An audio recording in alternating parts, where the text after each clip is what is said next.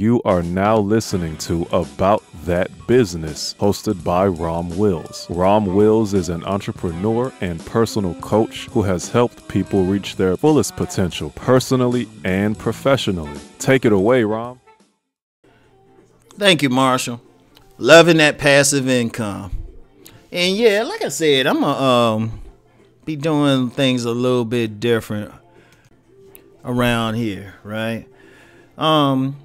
Because I want to get, because when I first started this channel, I said I was going to get not so much into the technical aspects or what type of business to get in, but more into the mindset and everything. Unfortunately, you say one thing, but then it evolves to something else, and I was doing a lot of like, oh, check out this business, but I'm going to get back more into the mindset of it, right? If you can, think in terms of getting a passive income. Now, some of the best passive income is like if you're a creative type or, like I do these YouTube videos, that's passive income. Because even when people watch a video maybe 6 months ago, from 6 months ago, I get a little bit of money off that, a little bit of change. And, I can range from several $100s to a few pennies, but that still adds up. I got people who've watched my original video, I'm still making money off of it. That's passive income, or just doing anything like on my website, I'm an Amazon affiliate, so people just go through and click through. Shoot, that's passive income. Like any income you don't have to work for is good, because it's basically you making money while you sleep. Like with my books, I say the only time I had to do any work is with my signed books. Like with the signed copies of the book. It's like, and that work is like, get the book out the box, sign it, print out the mailing labels, pack the book, put some tape around it, boom, take it to the store. That's the only thing. But with my other stuff that's print on demand from Amazon or the ebooks,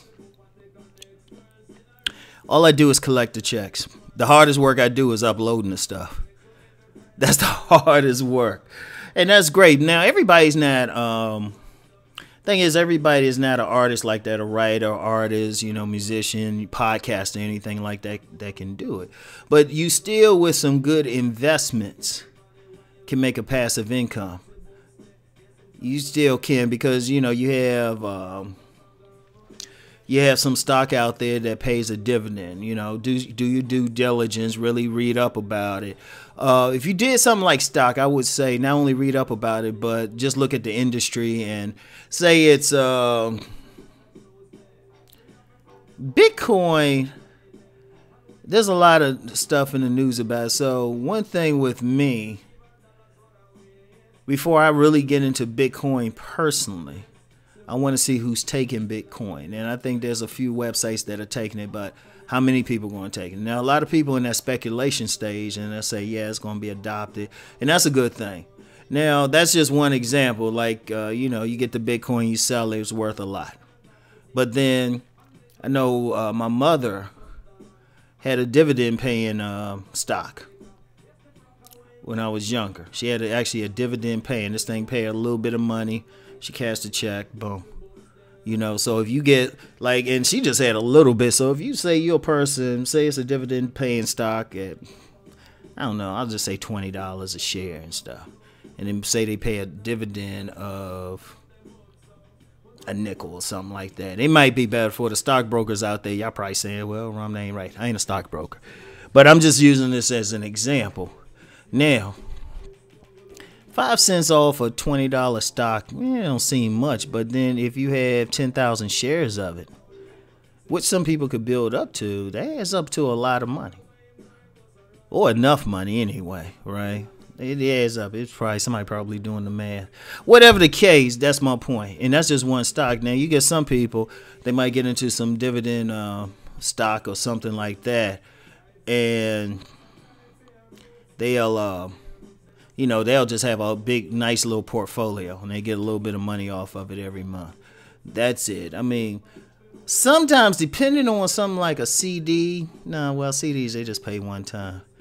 Sometimes you do Depending on how much money you have on something like a money market or savings, depends on the bank. That might be it. But those money markets and savings, that's like way slow. That's basically if you just want to put the money away and you just get a few pennies. But man, unless you're a millionaire or something, you ain't living off of that. But it's the same principle. Also, some businesses that can be passive income. Depending on like a rental property. A rental property is a good idea. Because say you got a rental property and you just pay a management company. In fact, you ain't even paying the management company. Your rent, whatever you're charging for rent is paying the management company. Because my grandmother had a management company at one time, but just get a good management company. Because basically that just meant they collected the rent, took care of everything. All she had to do was sit back and like count the money. Like when you get that property, like I said, I'm the type, I'm not big on getting a home for myself at this point. Not to say I won't change my mind, but a rental property or the commercial property, I'm like, just keeping an eye out for now. That's a passive income. And, like I said, I could do it in such a way where I'm not I just own it, pay a management company to take care of everything. Collect the rent, make sure I keep enough money or keep a fund to keep fix anything. And boom, that's passive income. A parking lot. A parking lot. If you can buy like a lot, get that thing lined up. Or sometimes I've seen some parking lots, they don't even bother putting any lines. It'd be like a dirt patch or something, but somebody own that joint. Depending on where it is. It's like you pay for a booth. Pay somebody minimum wage to sit in that booth, and then just you collect the money. But that's a very powerful thing. See, the thing is, and that's what a lot of the rich do. Rich got they'll get assets and stuff that'll pay them. The rich don't really work for their money. The money works for them. That's how people become rich. They might have an ordinary job, but then they'll put that money into assets. They'll put it into some income-producing real estate, rental properties, rental commercial properties. They'll put it into interest-bearing stock. Something that can give them a little thing every month. Or, like I said, depending on the amount of money, money market can give you a lot if you have enough money. That can give you, but you got to put a lot into that. But still, it's still passive income.